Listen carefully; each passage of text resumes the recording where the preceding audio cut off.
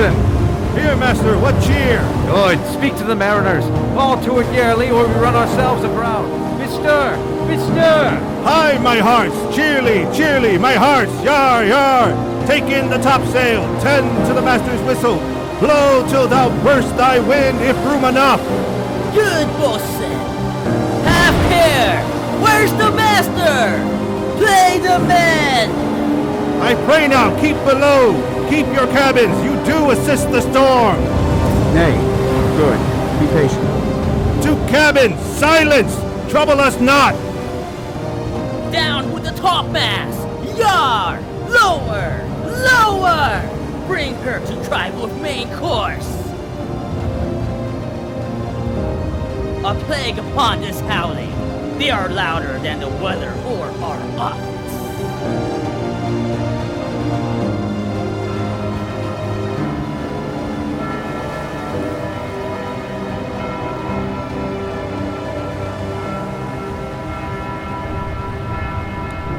Full fathom 5 thy father lies, of his bones are coral made. Those are pearls that were his eyes, nothing of him that doth fade, but doth suffer a sea change into something rich and strange. Sea nymphs hourly ring his knell. Hark! Now I hear them. Ding, dong, bell.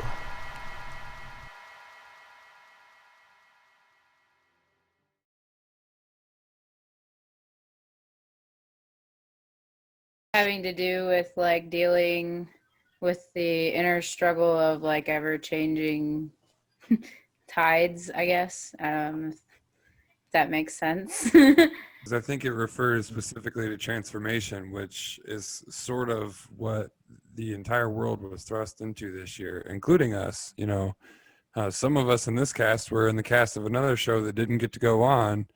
And then we all got to spend a whole bunch of time at home with our families. And now we're doing plays like this, which is all new for everybody. So I think it's the theme of the year, but definitely I can see with all the transformations that happen with each of the characters in this show, I can see why it's so important to do it. And I think it's cool that we're documenting it this way because we ourselves are going through a sea change. It's so important, this topic of sea change, especially every time we're picking a play to do or whatever piece of work we're working on, is to ask the deep how and the deep why of why we're doing this. And I think that everything that's been said has been absolutely like 100% on. Like, I totally agree with it. I think that the time that we're in right now is so structurally different than what we faced in a long time. And I think that what we're working on right now is going to be, once our society does shift and change after, like, hopefully COVID does go away. We hope that it goes away soon. But I think the work we're doing right now is going to be so important when the gates like open back up again. Because I think even online performances are opening the gates for new opportunities that we're going to be able to do in the future. So it's really cool. Simply the word change. Things aren't going to be the same. It's going to be different. Have a lasting effect. And the sea change on a philosophical standpoint, I see sea change as a body of water, and water is shifting, and depending on the time of day, like the moon, the tides can change. So what I'm getting at is, if it's just be adaptable, be like water, Bruce Lee.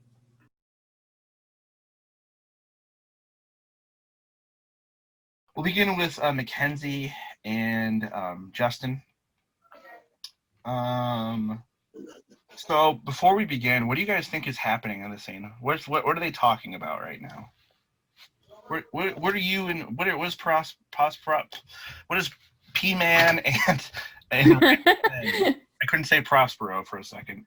What are they talking about in that scene?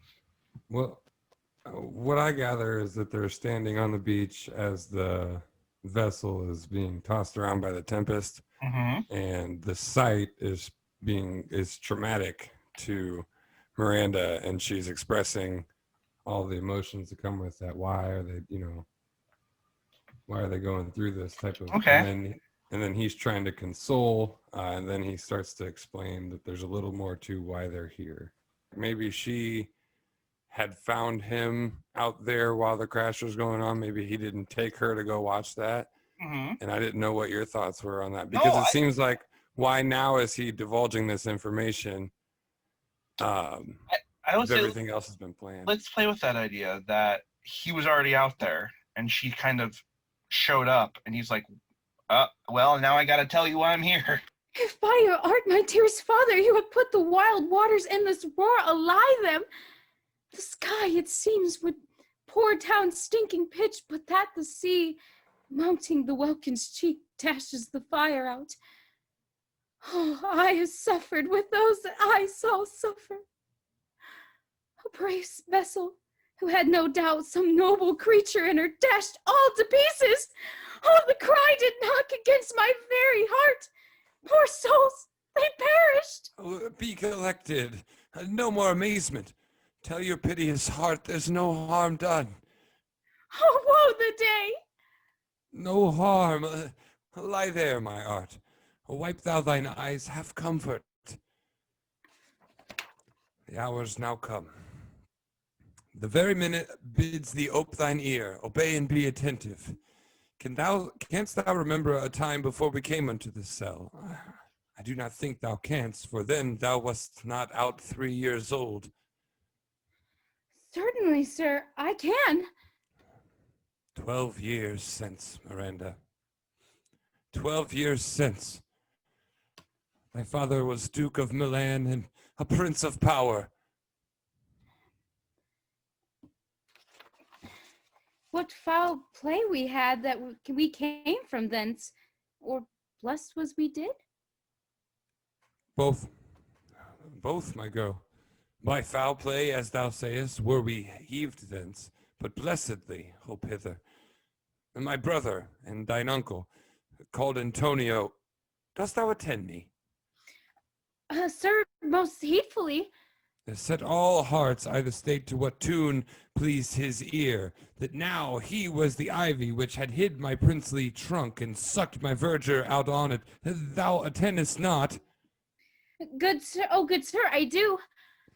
And now, my dear lady, hath mine enemies brought to this shore, and by my prescience I find my zenith doth depend upon a most auspicious star, whose influence, if now I court not but omit, my fortunes will ever after droop. Here, cease more questions. If by your art, my dearest father, you have put the wild waters in this roar, allay them. The sky, it seems, would pour down stinking pitch, but that the sea, mounting on the welkin's cheek, dashes the fire out. Oh, I have suffered with those that I saw suffer. A brave vessel, who had no doubt some noble creature in her, dashed all to pieces. Oh, the cry did knock against my very heart. Poor souls, they perished. Be collected. No more amazement. Tell your piteous heart there's no harm done.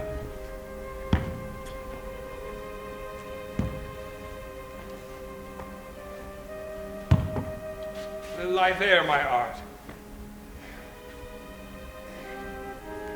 Wipe thou thine eyes, have comfort. The hour's now come. The very minute bid thee ope thine ear, obey and be attentive. Dost thou remember a time before we came into this cell?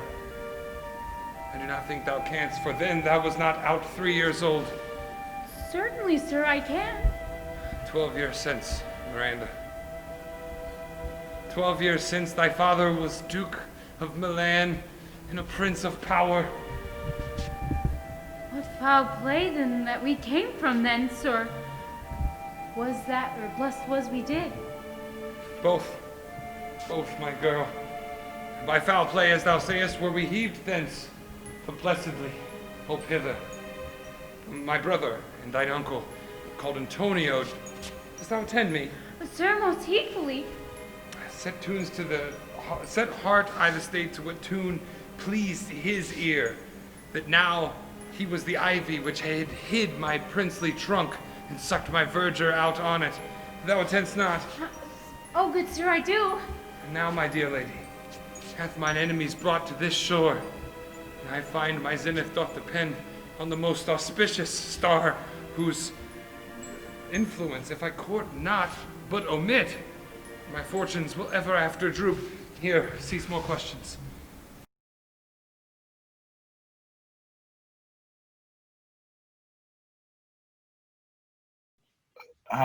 As we move on to scene 3, this is our introduction to Ariel. So, Andrew, I have some questions. Yes. I have some questions for you. So, So what does it mean for you, as the character who's playing Ariel? What does it mean to be a prisoner of the spiritual world of the island? What does that mean? Vega and I were talking about this last night between our characters, that Ariel's trying to find freedom at, it seems, whatever links possible, because like Ariel has been in enslavement so long under Prospero that Ariel feels very, very loyal to Prospero, and it's connected to Ariel's need to be free. So for me, it feels very strongly to play loyalty and strength in Ariel to earn my freedom. That's the goal that I'm working toward in the character. For Ariel, it's about escaping this long-term imprisonment that they have been experiencing probably for so long. I mean, so many thousands of years, and to finally have the chance to have potential freedom through Prospero by working for Prospero and achieving what Prospero wants.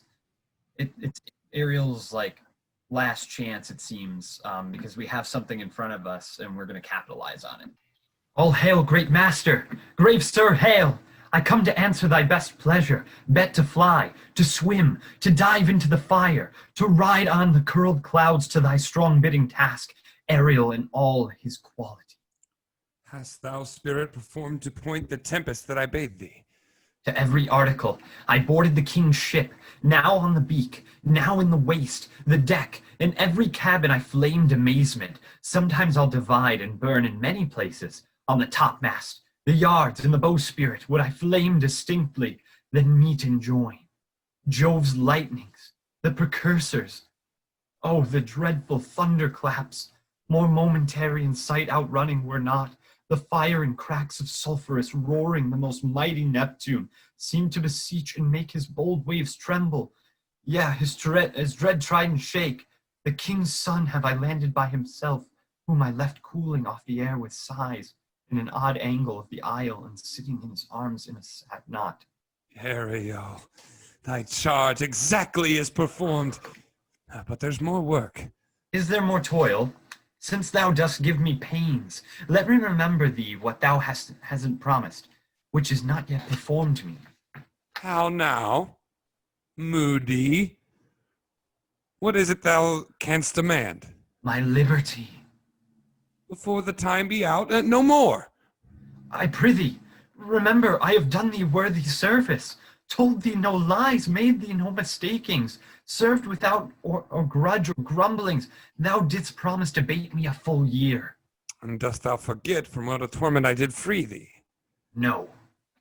Thou dost, and thinkest it much to tread the ooze of the salt deep, to run upon the sharp wind of the north, to do me business in the veins o' the earth when it is baked with frost? I do not, sir. Thou liest, malignant thing. Hast thou forgot the foul witch Sycorax, who with age and envy was grown into a hoop? Hast thou forgot her? No, sir. What torment I did find thee in, that groans did make wolves howl and penetrate the breasts of ever angry bears. It was a torment to lay upon the damned, which Sycorax could not again undo. It was mine art. When I arrived and heard thee, that made gape the pine and let thee out. I thank thee, master. I will be correspondent to command and do my spiriting gently. Do so. And after 2 days, I will discharge thee. That's my noble master. What shall I do? Say what? What shall I do? Go make thyself like a nymph o' the sea. Be subject to no sight but thine and mine, invisible to every eyeball else. Go, take this shape, and hither come in it. Go, hence, with diligence. All hail, great master! Grave sir, hail! I come to answer thy best pleasure. Bet to fly, to swim, to dive into the fire. Line. To ride onto the curled clouds to thy strong bidding task, Ariel in all his quality. Hast thou performed to point the Tempest that I bade thee? To every article I boarded the king's ship. Now in the beak, now in the waist, the deck, in every cabin I flamed amazement. Sometime I'll divide and burn in many places. On the topmast, the yards and bowsprit would I flame distinctly, then meet and join Jove's lightnings, the precursors, oh, the dreadful thunderclaps, more momentary in sight outrunning were not. The fire and cracks of sulphurous, burning the most mighty Neptune, seem to besiege and make his bold waves tremble, yea, his dread trident shake. I've landed the king's son by himself, whom I left cooling of the air with sighs, and sitting in an odd angle, his arms in the sad knot. Ariel, thy charge exactly is performed, but there's more work. Is there more toil? Since thou dost give me pains, let me remember thee what thou hast promised, which is not yet performed me. How now? Moody? What is it thou canst demand? My liberty. Now before the time be out no more. When I arrived and heard thee that made gape the pine and let thee out. I thank thee, master. I will be correspondent to command and do my spiriting gently. Do so. And after 2 days I will discharge thee. That's my noble master. What shall I do? Say what shall I do? Go make thyself like a nymph o' the sea. Be subject to no sight but thine and mine, and invisible to every eyeball else. Go, take this shape, and hither come in it. Go, hence with diligence.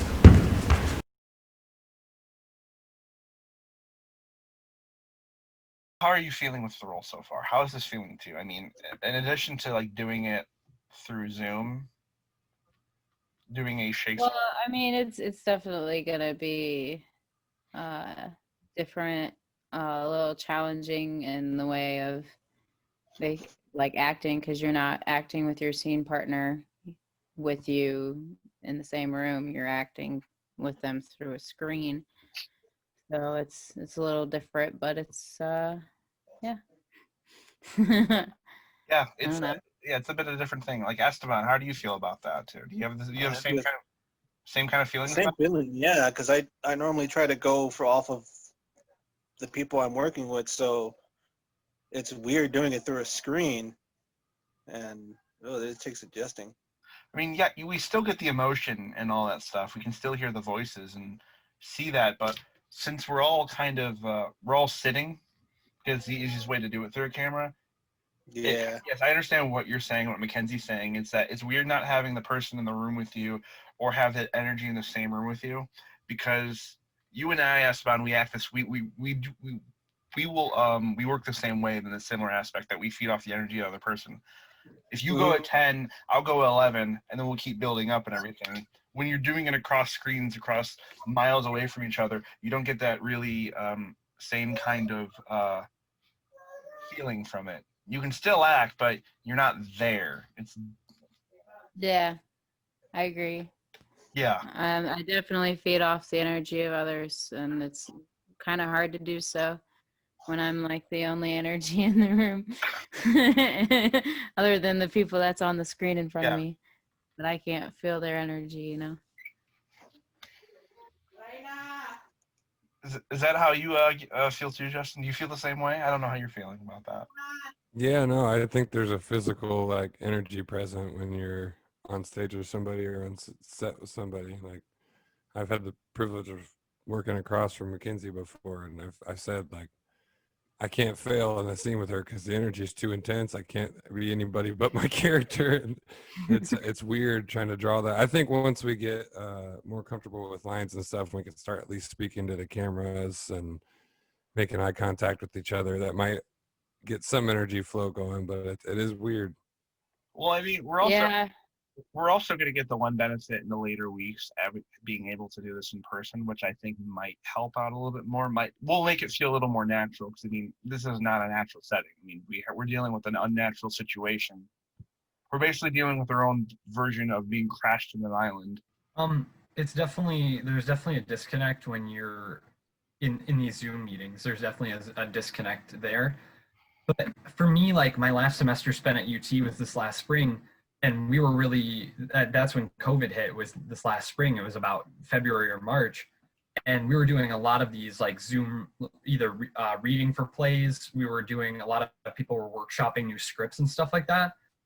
So I'm kind of comfortable in this because I've been doing it for so long, it seems now, for many months. And a lot of like acting coaching has been done over Zoom and stuff like that. So for me, it's about adjusting to the space and finally get back together. Like, I feel like it's just going to be epic, like to be able to be back like with everyone. You know, we're going to have to be wearing masks probably till next year or later to the end of next year. So, you know, this is not entirely weird for me. It's normal. The biggest thing that I'm trying to do with it is just make sure that I'm maybe trying to keep it so that there's one spot for one person and then the other spot for the other person. But that's about all I can do for imagining that person's there. If that makes sense. No, I got you. It's like we get that little like frame in the upper right of our screen, and we try looking at that, and it's like I'm not actually looking at them. I'm looking at their frame in the screen. So it's like that makes it weird.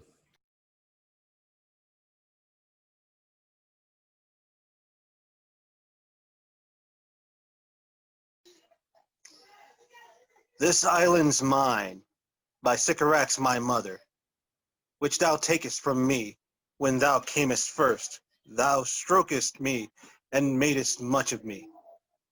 Wouldst give me water with berries in it, and teach me how to name the bigger light, and how the less, that burn by day and night. And then I loved thee, and showed thee all the qualities of the isle, the fresh springs, brine pits, barren place and fertile. Cursed be I that did so. All the charms of Sycorax. All the charms of Sycorax. Toads, beetles, scrolling down. Bats, light on you, for I am all the subjects that you have, which first was mine own king. And here you stye me in this rock, whiles you do keep from me the rest of the isle. Abhorred slave, which any print of goodness wilt not take, being capable of all ill, I pitied thee, took pains to make thee speak, taught thee each hour one thing or other, when thou didst not, savage, know thine own meaning, but wouldst gabble like a thing more brutish, most brutish. I endowed thy purposes with words that made them known, but thy vile race, though thou didst learn, hath that in it which good natures could not abide to be with. Therefore, wast thou deservedly confined into this rock, who hadst deserved more than a prison. You taught me language, and my profit on it is, I know how to curse. The red plague rid you for learning me your language. Hag seed, hence! Fetch us in fuel and be quick. Thou art best to answer our business. Shruggest thou, malice? If thou neglectest or dost unwillingly what I command, I'll rack thee with old cramps, fill all thy bones with ache, make thee roar that beasts shall tremble at thy din.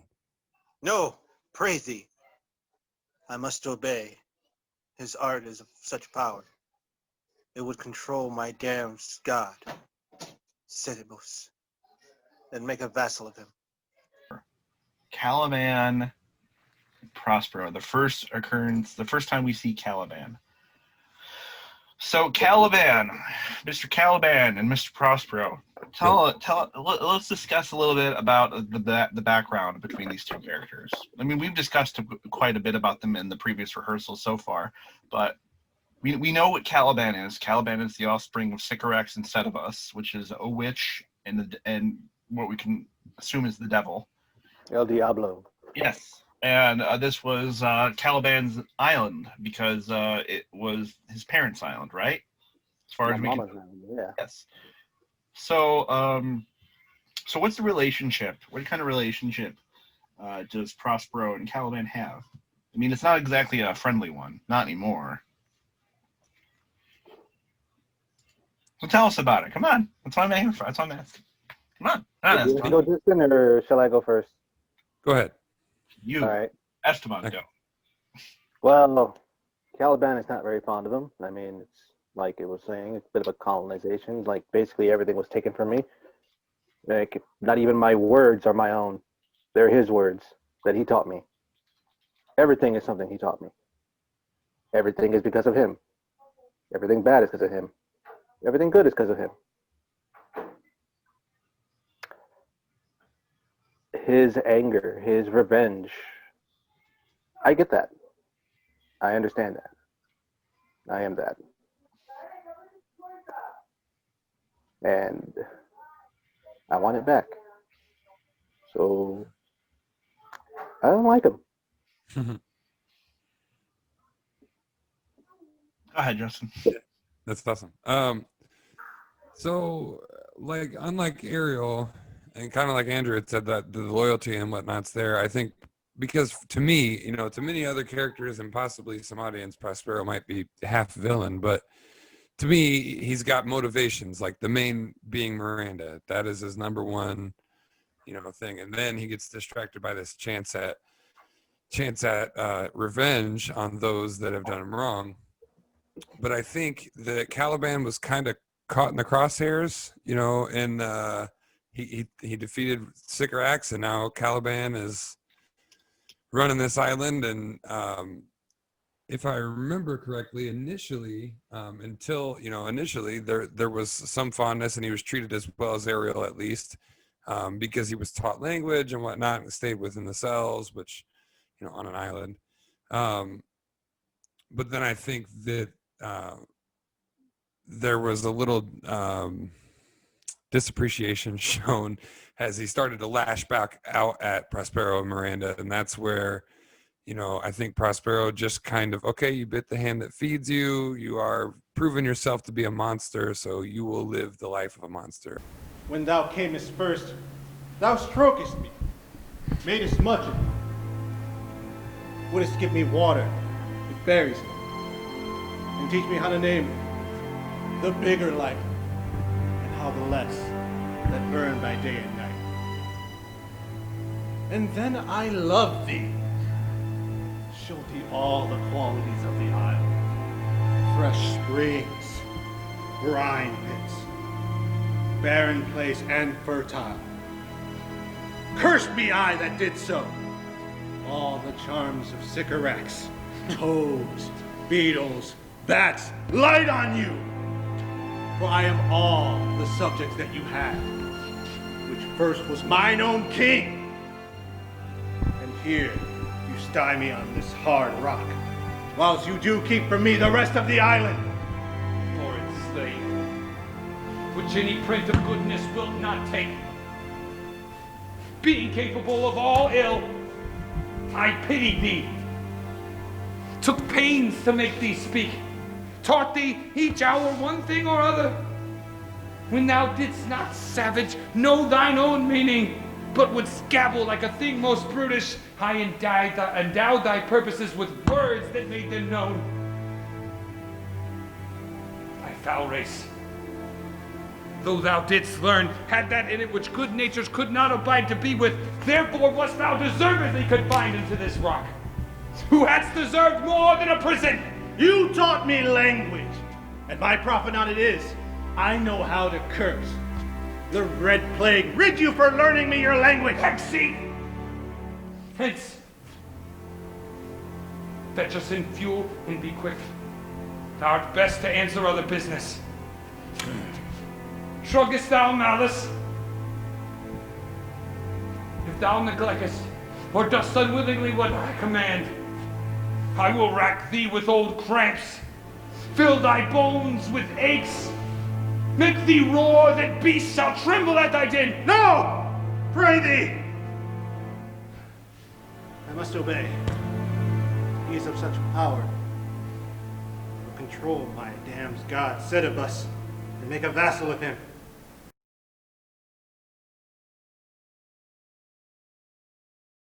Yeah, but from what I can gather, obviously he's the heir to the kingdom of Naples, so he's kind of like got big boots to fill, such as helping people, you know, oust their siblings from duchies and whatnot. But obviously he's a little what's the word I'm looking for? He's a little impetuous, such as, you know, just simply falling in love with the first person he sees on this island. Most sure, the goddess on whom these heirs attend, vouchsafe my prayer may know if you remain upon this island, and that you will some good instruction give how I may bear me here. My prime request, which I do last pronounce, is, oh, you wonder, if you be made or no. No wonder, sir, but certainly made. My language, heavens, I am the best of them that speak this speech, were I but where 'tis spoken. How? The best? Well, what were thou at the King of Naples heard thee? A single thing, as I am now, that wonders to hear thee speak of Naples. He does hear me, and that he does, I weep. Myself am Naples, who with mine eyes never since it ebb beheld the king my father wrecked. Alack for mercy! Yes, faith, and all his lords, the Duke of Milan and his brave son being twain. Oh, word, good sir, a fear if you... A word, good sir, I fear you have done yourself some wrong. A word... Why speaks my father so ungently? This is the third man in the heir I saw, the first the heir I sighed for.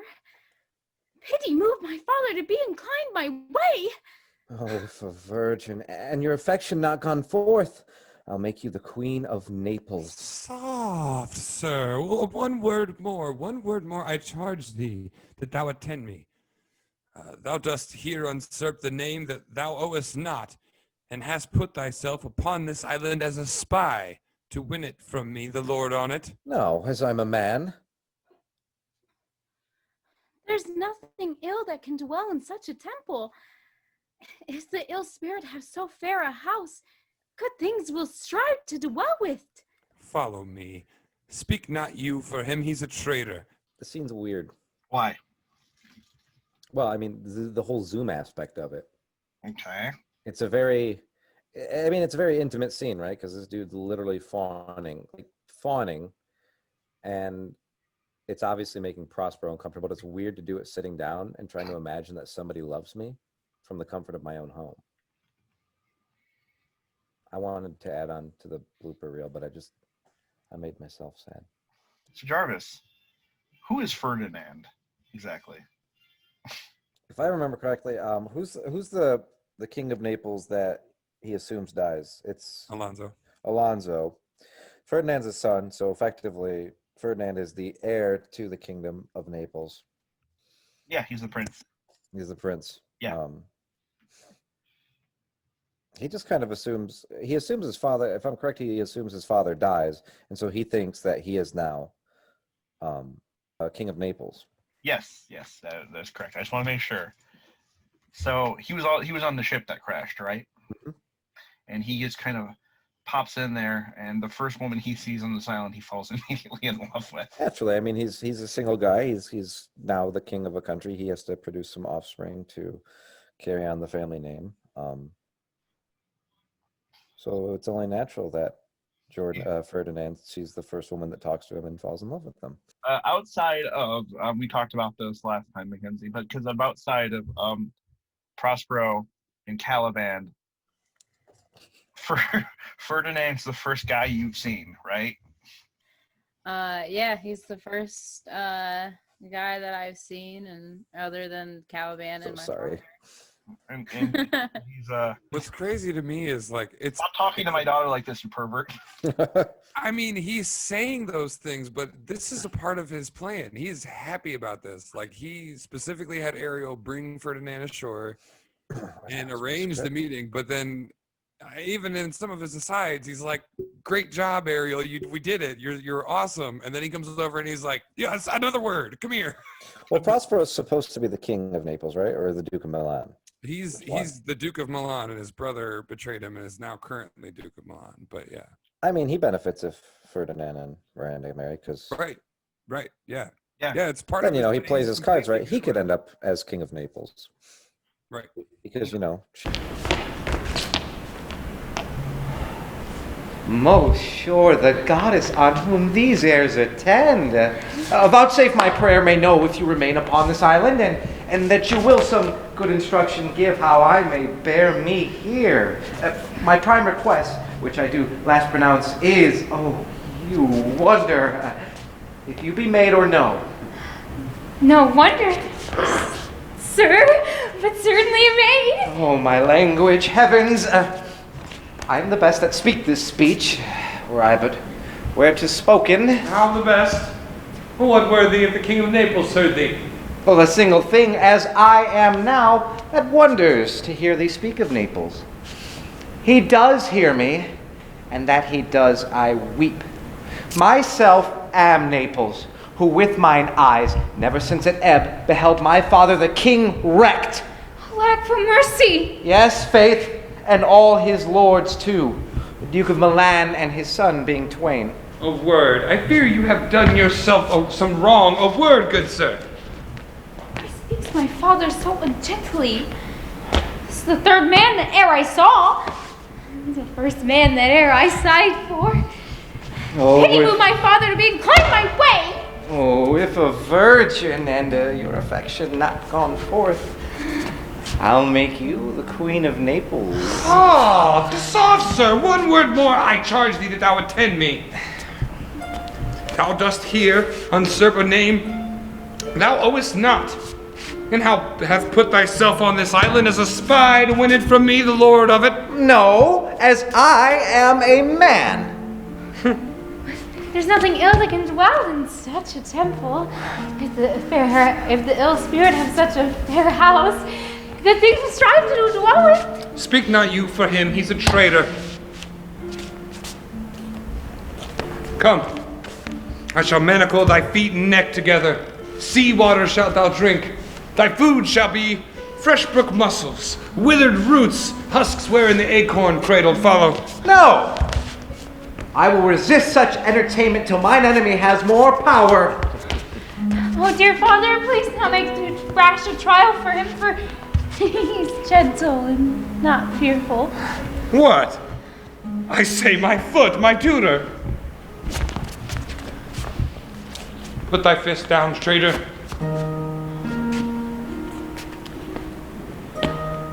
Thou drawest, but darest not strike. Thy conscience is filled with guilt. Come from thy ward. Or here, I can disarm thee with this stick and make thy weapon drop. Beseech you, father! Hence, hang not on my garments. Sir, have pity, I will be his surety. One word more shall make me chide thee, if not hate thee. What? An advocate for an impostor? Hush. Thou thinkest there are no such shapes as he, having seen but him and Caliban. Foolish wench, to the most of men this is a Caliban, and they to him are angels.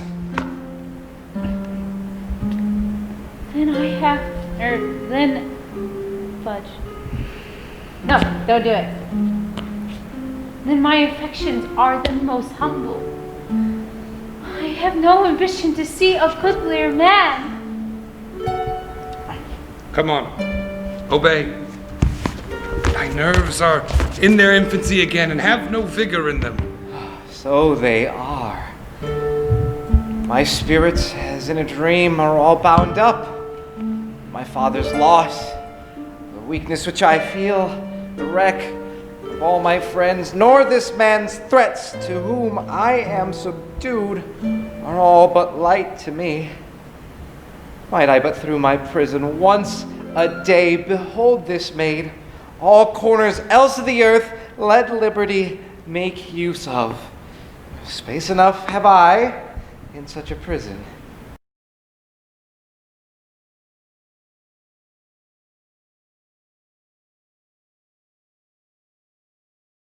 We know how the three met. The storm happened. They got all separated. Caliban was wallowing in his own pity in the forest, and he ran into Trinculo, who he thought was a spirit.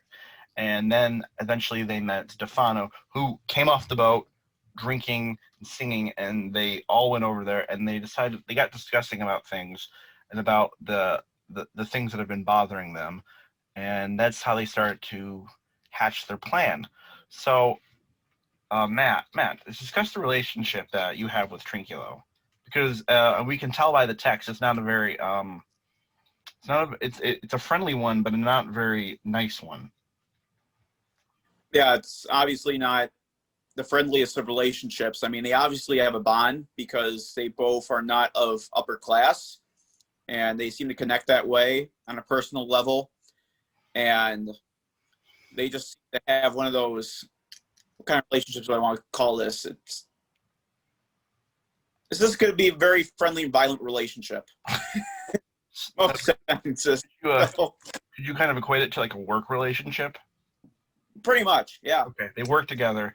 Because as we see as the scene goes on, anytime they think Trinculo has been saying anything, they hit him or they threaten him with violence.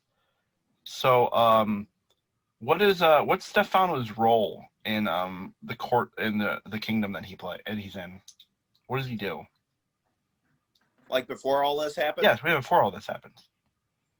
Job.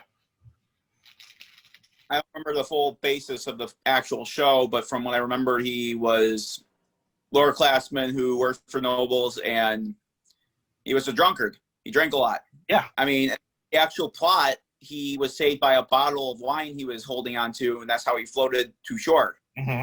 And that's how... Well, he's also he's the king's butler. He's the king's butler. Oh. Yeah, he's the king's butler, and Trinculo is the court jester. Gotcha. So yeah, they work together. So obviously during this, I mean, since he's a butler, he obviously sees that he has that, even though he is lower class, he still has that mentality that he is better than them. Right. Which is why we get that scene where he's talking about, after all this is done, I will make you, Trinculo and Caliban, my viceroys, while I'll be the king. Trinculo, keep a good tongue in thy head. If you prove a mutineer, the next tree. The poor monster is my subject, and he shall not suffer indignity. I thank my noble lord. Wilt thou be pleased to hearken once again the suit I made to thee? Mary, will I kneel and repeat it? I shall stand, and so shall Trinculo. As I told thee before, I am a subject to a tyrant, a sorcerer, that by his cunning hath tricked me of the isle. Thou liest. Thou liest, thou jesting monkey, thou! I would my valiant master would destroy thee. I do not lie. Trinculo, trouble the monster any more further in his tale, and I swear by this hand I shall supplant some of your teeth. Why? I said nothing. Mum, then, and no more. Proceed. I say, by sorcery he got this isle. From me he got it. If thy greatness will revenge it on him. For I know thou darest, but this thing dare not. That's most certain. Thou shalt be lord of it, and I shall serve thee. How can this be compassed? Canst thou bring me to the party? Aye, my lord. I will yield him thee asleep. There thou mayest knock a nail into his head. Thou liest, thou canst not. What pied ninny is this? Thou scurvy patch! I do beseech thy greatness. Give him blows, take away his bottle. When that's gone, he shall drink naught but brine, for I will not show him where the cricket freshes are. Trinculo! Run into no further danger. Interrupt the monster one word further, and I swear by this hand I'll turn my mercy out of doors and make a starfish of thee! Why? What did I? I said nothing. I'll go further up. Didst thou not say he lied? Thou liest. Oh! Do I, sir? Well, take thou that, as you like it. Give me the lie another time. I did not give thee lie. I'll go your Western bearing too. I'll pass on your bottle. This can't stop from drinking too. Rain on your monster, and the devil takes your fingers. Come now. Prithee, stand farther off. Beat him enough. After a little time, I'll beat him too. Stand farther! Now, proceed. Why, as I told thee, 'tis a custom with him. In the afternoon to sleep. There thou mayest brain him, having first ceased his books, or with a log batter his skull, or punch him with a stake, or cut thy wizen with thy knife. Remember first to seize his books. Without them, he is but a sot as I am. Nor hath not one spirit to command. They all do hate him as rudely as I. Burn but his books, and most deeply to consider the beauty of his daughter, Miranda. Is it so brave a lass? Aye, my lord. She will be thy bed, I won't, and bring thee forth brave brood. Monster! I will kill this man. His daughter and I shall be king and queen. Save our graces, and Trinculo and thyself shall be viceroys. What dost thou think of the plot, Trinculo? What dost thou think of the plan, Trinculo? Excellent. Give me thy hand. I am sorry I beat thee, but while thou livest, keep a good tongue in thy head. Within this half hour, he will be asleep. Wilt thou destroy him then? Aye, on mine honor.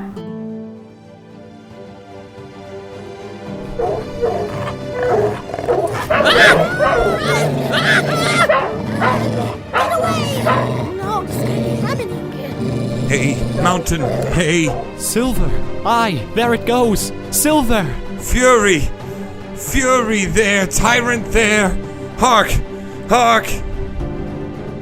Go charge my goblins that they grind their joints, with dry convulsions shorten up their sinews, with aged cramps and more pinch-spotted make them than pard o' cat o' mountain.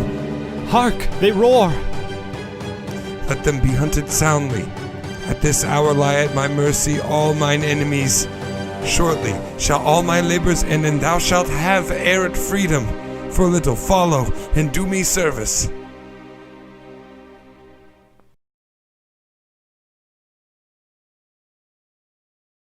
So, Justin, transformation. This scene. What does this transformation in this scene mean? Not just to you, not just the character Prospero, but to you, because we know what Prospero is doing. He's finally making good on his end of the bargain for Ariel to let him go, and he's finally making good on his idea of letting himself go.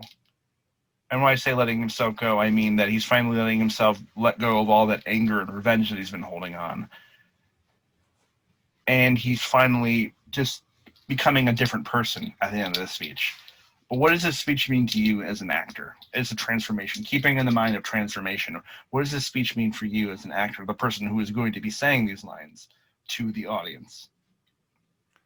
Yeah, I think, well, even to get to how I feel, it comes from where he is at at this point. The plan is complete, and Prospero kind of has to drag the audience through some questionable decisions and questionable moves and questionable ways of speaking to different characters, and the back and forth with Ferdinand and Miranda, and makes it very hard for you to applaud him, you know, via the tradition. It makes it hard for you to care about this character at certain points in the full production.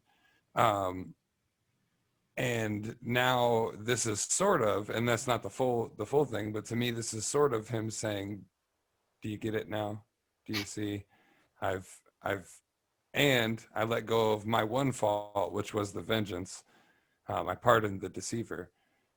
You know, I've done everything at this point. I've also broken up my magic because, you know, I think that portion of the speech is Prospero humbling himself. And I think as an actor, you have to recognize that and go to that place personally. So for me, I have to begin that humble, which is just kind of why I asked about the more intimate connection on the Ariel line, because that's Prospero's emotional state. And so for me, I got to figure out, you know, losing the last piece to the puzzle and knowing that all of this power and all of this that I've been obsessed with for much longer than 12 years is now gone. And here I stand humbly in front of what really matters, the people. Will you set me free by indulging me in understanding my plan and understanding that what I did was for good? Aye, Ariel. Chick. That is thy charge. Then to the elements be free, and fare thou well. And please, you, draw near.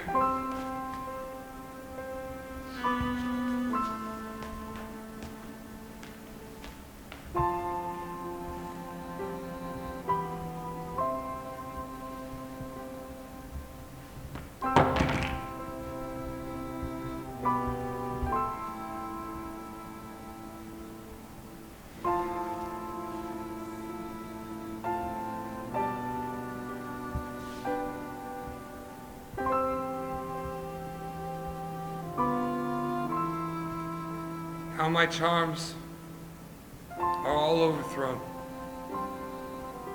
and what strength I have's mine own, which 'tis faint now. 'Tis true, I must be here confined by you or sent to Naples. Let me not, since I have my dukedom got and pardoned the deceiver, dwell in this bare island by your spell. Release me from my bands. With the help of your good hands, gentle breath of yours, my sails must fill, or else my project fails, which was to please. Now, I want spirits to enforce, art to enchant, and my ending is despair, unless I be relieved by prayer which pierces so it assaults mercy itself and frees all faults, as you from crimes would pardoned be. Let your indulgence set me free.